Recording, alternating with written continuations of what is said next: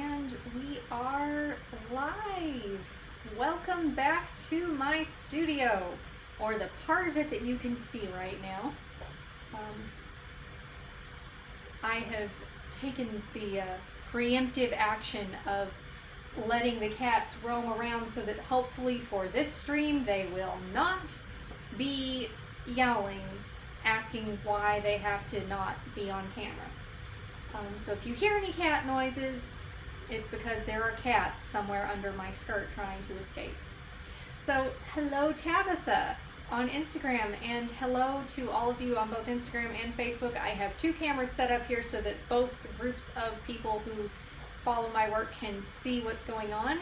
And welcome to the 8 o'clock version of the live stream celebrating this Feathered Friendship, a Strange Space Novella. Finally, it is out. It is available now. Today is release day. If you haven't already pre-ordered a copy, you can now start just plain ordering them. And they are available on Amazon in ebook. Print version will be available on Amazon in a few days once I get a small tweak made to the back cover that they didn't tell me ahead of time I needed to do. But if you would like a signed print copy, I have those up available for sale on my website already. Signed book comes with some shiny things, including an exceptionally shiny sticker, showing it here for the Instagram folks and here for the Facebook folks. Very shiny holographic sticker with the cover art. Comes with the signed paperback copy. A very shiny holographic bookmark with the cover art also comes with the signed copy. It has my "Something New is About to Hatch" tagline on the back. And also has, and I will show it here for Instagram and here up for Facebook, and these are handmade tassels. I make them myself. I will be doing a live stream once the rest of my bookmarks come in, showing those off for everyone. Is there a cat trying to get my skirt? No, there's not. Okay. Cats are going to be disruptive. But these are wonderful little sparkly things. These are coming with the signed copies. And then also the origami budgies that some of you may have seen on my last live streams, and I will be doing another stream in the near future, folding some more of these and painting their little heads white. Origami budgie, bookmark, and shiny sticker all come with your signed copy of this book. And hello, Sari! Thank you for getting up early and coming to watch the stream. Thank you for the idea for the stream. I'm so grateful to you and the rest of my friends who are watching, who supported me while I was putting this book together, and who have, some of you have read it already and given me pointers as I was going along, or just encouragement that yes, this book needed to be a physical book that you could have. And I am so proud of how it's turned out. I have done all the work on this silly little self-published novella myself, so everything from the cover art picture, I've done the sketch on it, I've done the digital painting on it, I've done the typesetting, and all of the little bits and bobs inside here is all me sitting at my computer, fussing around with InDesign until it finally cooperated. And I am so happy that this has worked out. It is a nice paperback book. It has real pages. The digital copy is quite nice too. It has all the same content, it just doesn't have the nice paper. And if you do decide that you, one moment, cat, sorry, apologies for cats. If you do decide to get the digital copy, you can still get your shiny things. I do have that up on my website as well, and there are links to my website with all the information, both on Facebook, where you can easily get them, and in my bio on Instagram. And I am so proud of this. I'll just hold the book up a little bit closer so you can see it without the light shining on it, and up here for the folks on Facebook. And my mother is at the door talking to the cat. And has reminded me to breathe. So I'm going to breathe, and first order of business for this live stream is that I am going to read to you the first chapter of Feathered Friendship. A little bit about this story. This is set in a universe of optimistic science fiction that I have been working on for the last couple of years. I have a long-form book-type project that I am working on this, that I've been working on for a couple of years. Some of the characters that are in this are going to be in that. Some of the characters that are in this have novellas of their own that are going to be coming out in the next few months, once I get them typeset and things. So there's more stories where this one came from with the same setting and characters, and the whole point of it is that these are stories set in a positive future in which humanity has gotten its act together. We are friends with friendly aliens like the one you can see here on the cover. And it's a good future to live in, and that's the stories I want to write, are ones that make people feel happy when they read them. So, without further ado, Feathered Friendship, a Strange Space Novella, Chapter 1. In a small private laboratory on the starship MSS Venture, a woman sits, sorting through images and data on a set of holoscreens. She's dressed in the ship's standard yellow-accented gray sciences department uniform with the knee-length kilt-style sport instead of trousers. A long white lab coat drapes over the top of her uniform, the ship's insignia and her name neatly embroidered over the breast pocket. An especially bright yellow and green bird is perched on top of the woman's head, sleeping with its feet securely gripping the elastic band holding her wild reddish-brown curls up in a looped ponytail. This is Dr. Ariadne Salazar Newman, one of the most brilliant xenobiologists who have ever graduated from the Central Academy of Sciences at Teagarden Star. She's the head of Venture's bioscience team, and in her spare time is something of an enthusiast for the Earth species Melopsitacus undulatus, more commonly known as the budgerigger, a member of the parakeet family. One whole wall of the space behind her is arranged with open cages and a wide variety of perches, ropes, and hanging toys. A dozen more budgeriggers of various colors are sleeping on and around these perches. The birds have free reign of Dr. Salazar Newman's personal workroom, and although they're technically supposed to stay there, the one currently sleeping on her head often accompanies her wherever she goes. A long-weighted bead curtain hangs over the door of the workroom to discourage the rest of the birds from escaping into the rest of Venture's main bioscience laboratory. The running joke among the other members of her team is that one day she's liable to grow feathers herself for all the affection she has for her birds. They respect her despite this bit of eccentricity, or perhaps in part because they find it endearing. A wind chime-toned voice from the other side of the bead curtain draws Dr. Salazar Newman's attention away from her work. "Dr. S., are you home?" "I'm in here, Kobe. Come on ahead." She spins around in her chair to face the door, disturbing the slumber of the budgerigger perching on her head. It fluffs its feathers out and chirps at her in annoyance, before settling back into a comfortable position. A small, adolescent floribun steps through the bead-covered doorway and into the workroom. This is Cobalt Meriday, Dr. Salazar Newman's favorite part-time assistant and protege. They are a provisional apprentice to Venture's senior quantum space drive engineer, one of the two adult floribuns responsible for moving the ship through the veiled dimension their species calls Strange Space, with the assistance of their human astral navigator counterparts.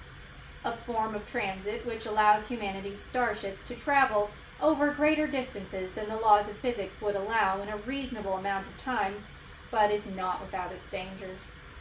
As their public name suggests, under their pattern of tiger-like silver stripes, Cobalt is a brighter blue example of their genderless, asexual, mostly humanoid species.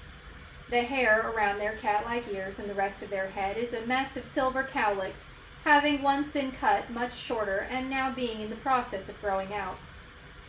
The locks that would otherwise fall into their 3 golden eyes are secured back with a set of crossed bobby pins that each have a small yellow star on one end. They are dressed in the Navquan department's charcoal gray version of the trouser-cut uniform, tailored to allow all 4 of their arms and their long silver-tufted prehensile tail to move comfortably. Additionally, they're wearing a small cloth and mesh pouch secured on a sash beneath their lower set of arms. "I didn't expect you so soon, dear. Is it morning already?" Yes, technically, Cobalt replies, coming over to her. You did say to come back once I was done helping with the jump shift, and Elder Navy let me out at the second cycle tonight. Have you been in here with the birdies all night again? I suppose I have, Dr. Salazar Newman says with a bright laugh. Must have lost track of the time going through those reports Diego gave me earlier. Don't worry, I'll catch some sleep once we're done here. How did your jumps go? It went okay for once, mostly. All three of Cobalt's eyes shift to one side as they remove the sash and bag and pointedly change the subject. Elder Navy asked about your bag, by the way, but I didn't know what to tell them except that it was for your research and you said it shouldn't be opened. Really? I know I spoke to them about this project. Perhaps we'll have to discuss it again. They said they'd ask you when they see you at breakfast. Cobalt offers the bag to her, holding it carefully, but that it didn't seem to cause any interference with the jumps, so they'd probably be okay with approving it once they know what you're up to. Well, now that's good news. Dr. Salazar Newman takes the bag and rolls her chair over to one of the other work tables where she has her incubators and analysis equipment set up. Now, let's see what you've brought through quantum space for me. What is in there anyway, Dr. S? Didn't I tell you earlier? You didn't. I was running late for the jump shift, remember? Cobalt rolls their third eye dramatically while leaving the lower pair still and then smiles.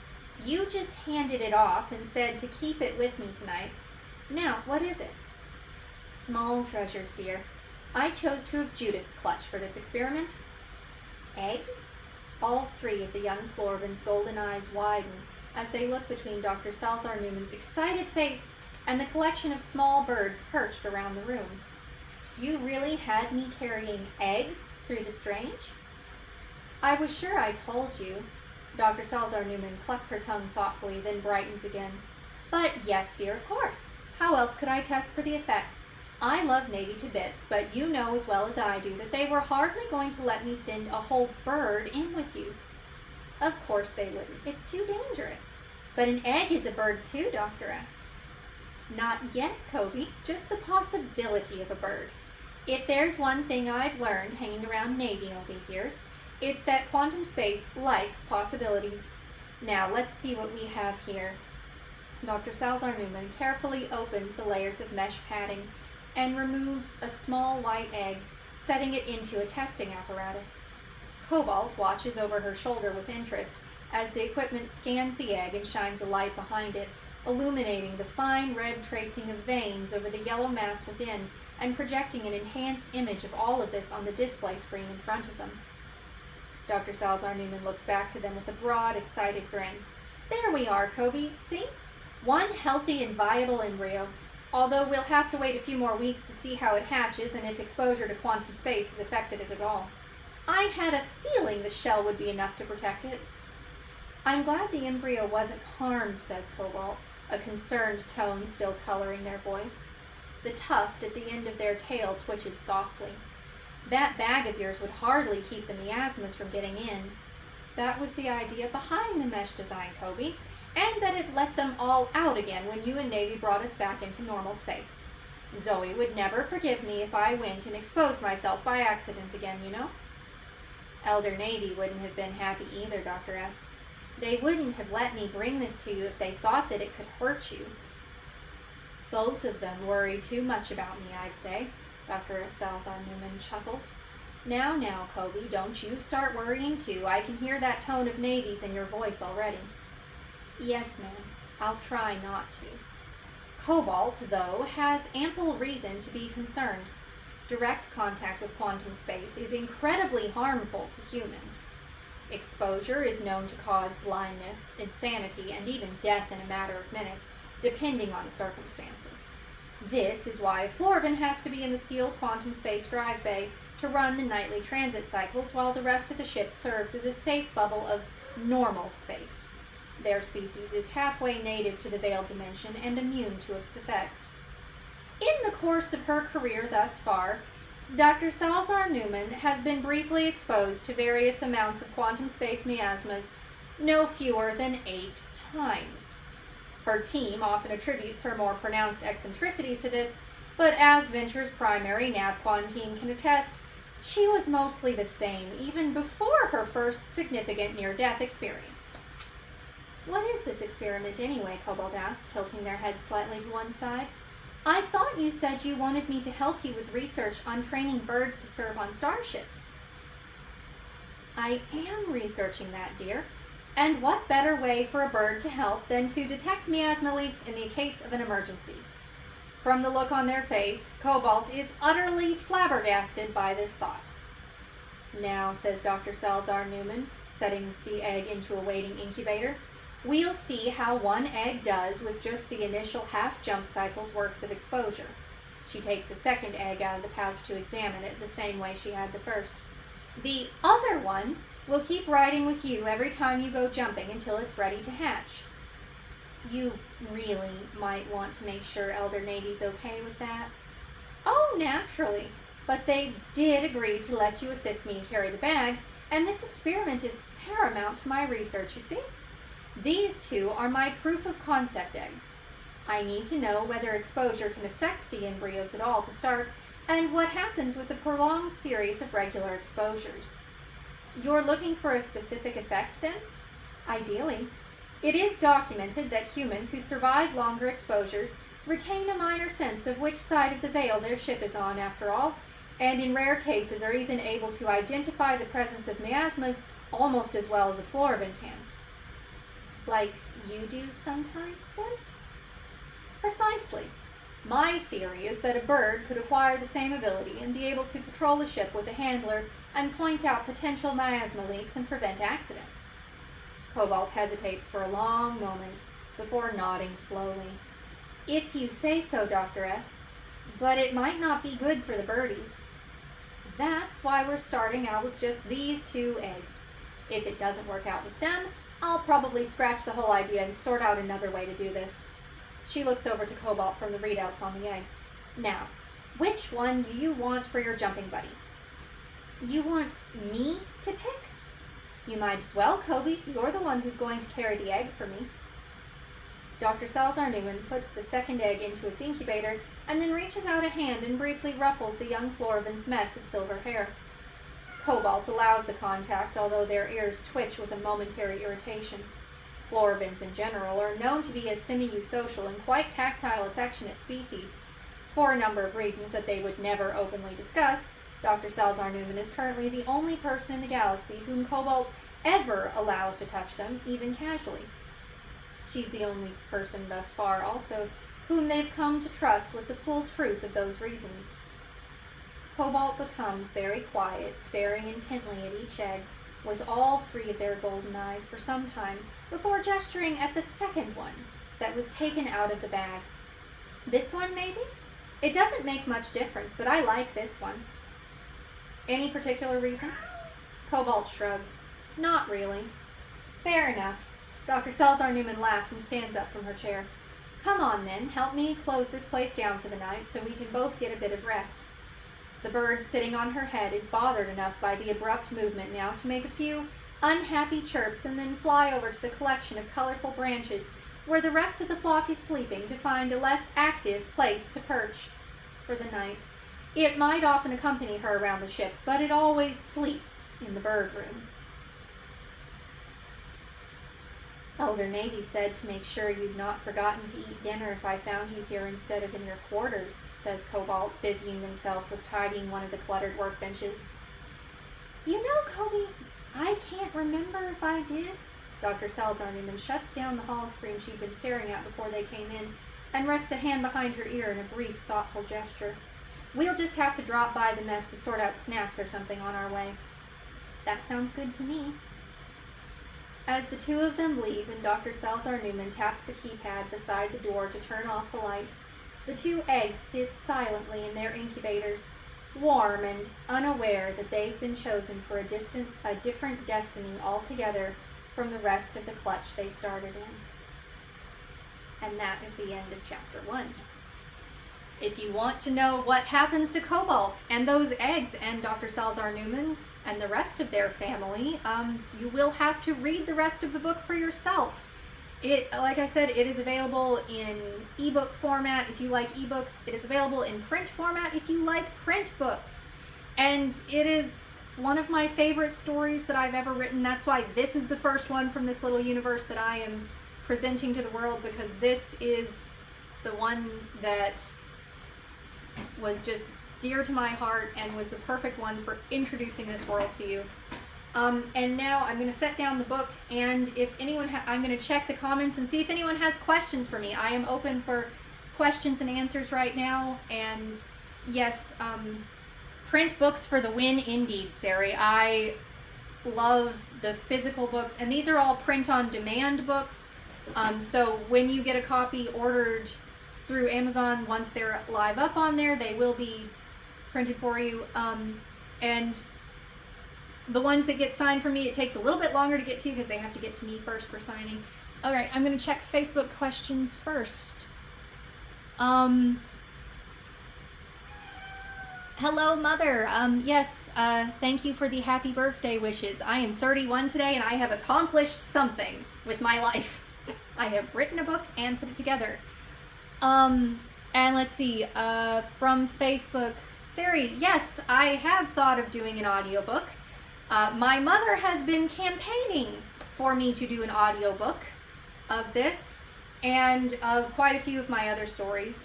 Actually, funny story, we had a power outage around here for a couple of days a few months ago, back when it was stormy and winter weather. And since all of the other entertainment options were not available, I have a news magazine file with all of my printed out copies of the other stories in this. And in order to keep my mother entertained while the power was out, I read all of them out loud to her, including the 100 and some odd thousand words of the as yet unfinished long form book project. So audiobooks are on the horizon, but I need to get a couple more of these print ones out first. But if you want to see an audiobook, please do tell me so that I know to start working towards producing that. If anyone out there who's friends with me knows stuff about producing audiobooks and would like to help me about that, please send me a message, and I would love to talk to you about that, because I've been doing publication print design for a few years now for things to do with my mother's business and some of my own projects working up to this, but have not gone into the realm of doing audiobooks yet. I'm getting there. Let's see. Do I have any questions over here on Instagram? I will see at the end of the stream if I can get the cats to stay in a position where I can show y'all on one camera or the other. I'm not really wearing a dress that is conducive to picking up cats. I have a black cat with gray underfur and a white cat with calico patches, and no matter what clothes I wear, the cat hair shows a lot. And it is summertime now, and they are shedding all over the place, and I would like to not be covered in cat hair for a few minutes. So I will point the phone camera towards whichever cat happens to be nearby at the end of the stream, so stay tuned for that. Let's see. Thank you, Sari, for the compliment. I really do like that first chapter. That is the setup for the rest of the book, and again, some interesting things happen with this. I had a question in the first live stream I did of what age groups this is appropriate for, and I would say anything from high school up. It's not meant as any one age group specific book. For those of y'all all know me by this point. I don't have that big of a following. You all have met me in person pretty much, or you know me well enough to know I am not much of a romance writer. There's no icky stuff in this. There's also no violence and gore and stuff. There are birds, and there are friendly little aliens, and there's a lot of friendship and found family themes and discovering your place in that sort of context. But ultimately, it's a nice, soft, fluffy story that leaves you feeling good when you read it. At least according to the people who've read it for me in preparation for this.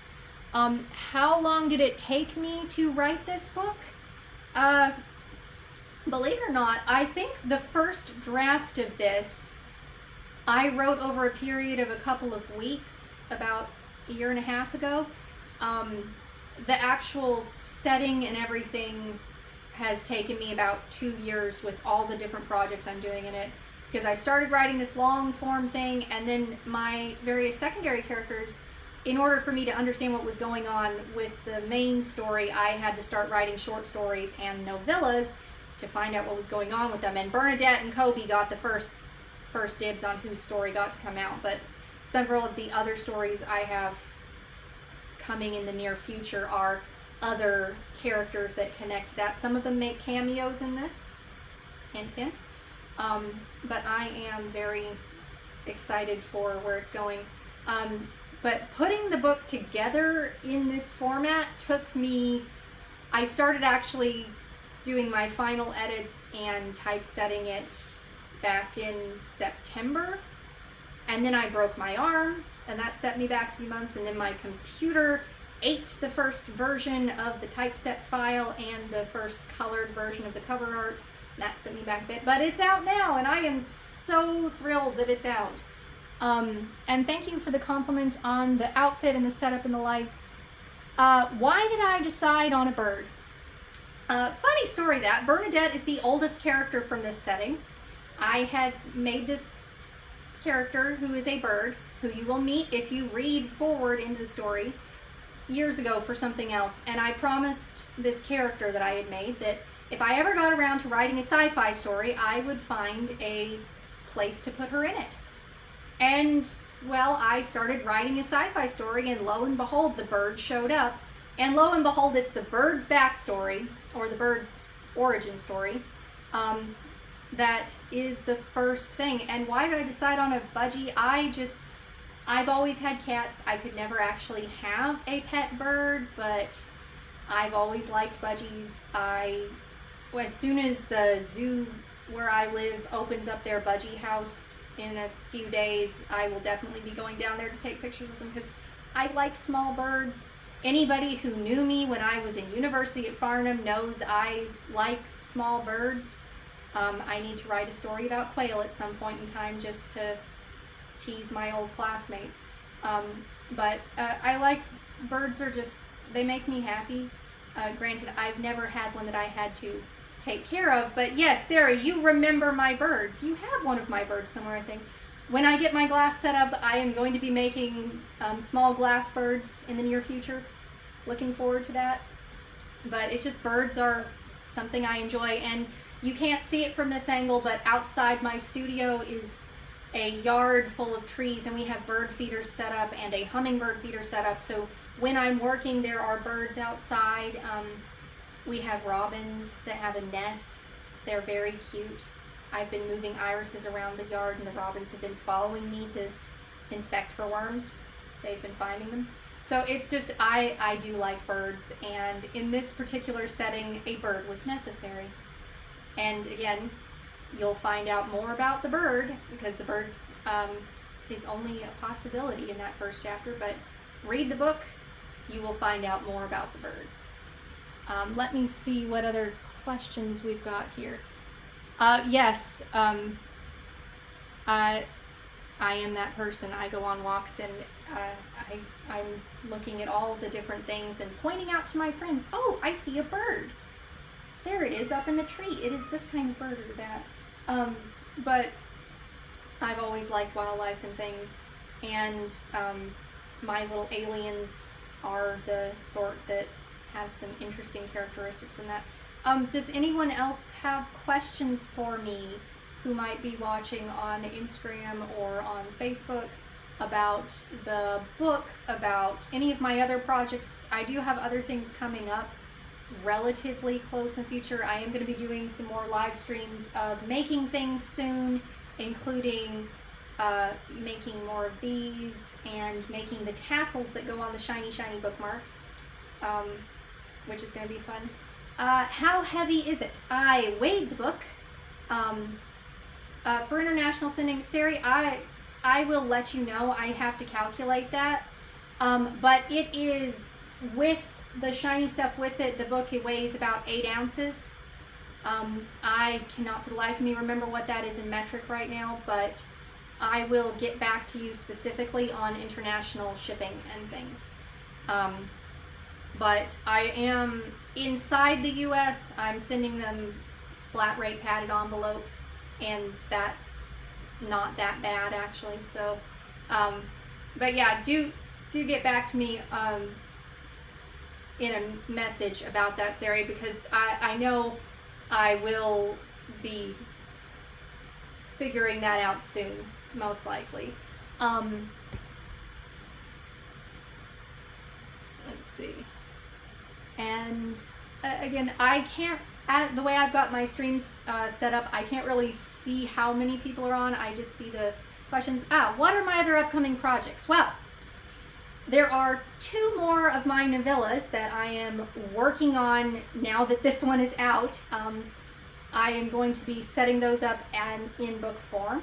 And I have teasers for those in the back of these if y'all want to hear what the teasers for the next books are, which again will be up on my website soon. So I've got several more stories that are going to be coming out soon. I have a secret project with a friend of mine that is a comic book type thing that is completely different sort of stuff, and I don't see him on the stream. I think he's asleep right now because my friends are scattered to the corners of the globe. But I have sort of a secret project there that we're trying to work on. And in the realm of the studio things, I have some beadwork projects I'm about to get out. I've been learning to do leather work, and I have, again, some projects to do with that that I'm going to start working on soon. And most exciting, now that the weather has become warm and we've almost got a place to set it up, I'm going to be getting my glass blowing torches out and starting to make glass again, and I cannot tell you how excited I am about the prospect of that. So I will be setting up to do that, and once I get the torches set up, because the way my studio is set up here and the fact the cats live in it, I'm going to be doing my glass blowing outside in the nice fresh air with the birds, because cats and fire and glass don't really mix all that well in my opinion, especially these cats, because they have to be contained away from my ribbons so that the one doesn't try to eat them. But I will be setting it up with my hand camera that's currently the camera that's on Facebook or something, so that I can stream some of the things while I'm trying to remember how to blow glass, because it's been over a year since, or it's been almost a year since I was doing any flame working. But so working on different things with that. And of course I have book covers I'm going to be drawing and painting and different things. And y'all know me, I've always got something crafty going on. Just different adventures going on different places. And I'm always coming up with something interesting, even if it's just taking pictures of my cats as they sit in boxes. Don't know how many of you saw the series of photos as I've been unpacking things, but the one cat, every time a box is empty, this cat gets in it. And then if there's another empty box, she gets in that one. So yeah, good things are coming. Let's see, do I have any other questions? I don't think I see any there, and I don't think I see any on Instagram. So real quick, just as a little teaser, I will, and in the back of all of the books, and including on the paperback version, and these will be up on my website soon as I get more about that, I do have these teasers about other projects, and those are going to be a bit of fun. But I am just so excited for all of this, and thank you all so much for your support as I've been working on these books, and for generally encouraging me just as I've been going along. Thank you also to the cat and to the mother who is off screen clapping for helping me get this far, and I am so grateful to all of you for making it possible for me to write the stories that I write and to self-publish them so that y'all can actually read them, because I would much rather share this with you my way, and it's going to be fun, and I do have some fun stuff coming soon now that this project is out. So I'm going to just hold the book up so y'all can see it on Instagram, and then again on the Facebook feed. And again, signed copies of this on my website, which links in my bio on Instagram for that, link in the pinned comment on Facebook for that, and all over the place. If you get the signed copy, there are a multitude of shiny things that come with it. My characters insisted that all of the promotional things be shiny. They like shiny things a lot. So do I. You might have noticed. So thank you all so much for coming to this stream and for listening to me read this book. And I'm just gonna check through, and I look forward to talking to y'all more and sharing more of my things with you going forward. So yeah, Feathered Friendship, it is out. It is a nice, real, physical book with shiny things. It is a digital book, if you like digital books to keep on your phone to read and amuse yourself when you're in a doctor's office or wherever else you happen to be, sitting on the train, different stuff like that. But you can get your copy now and tell me what you think of it. If you read this book, give me play a review somewhere for it so other people can find it. If you like the stuff I do, you know where. Follow me on Facebook and Instagram. I'm at Katie Silverwings on everything. I'm at Lil Fairy Silverwings, which is the one y'all are watching if you're on Instagram right now. Updates will come, and pictures. I will post a picture of the cats as soon as I am changed out of this dress and into something that I don't mind getting cat hair on. So, thank y'all so much. Good night. Bye.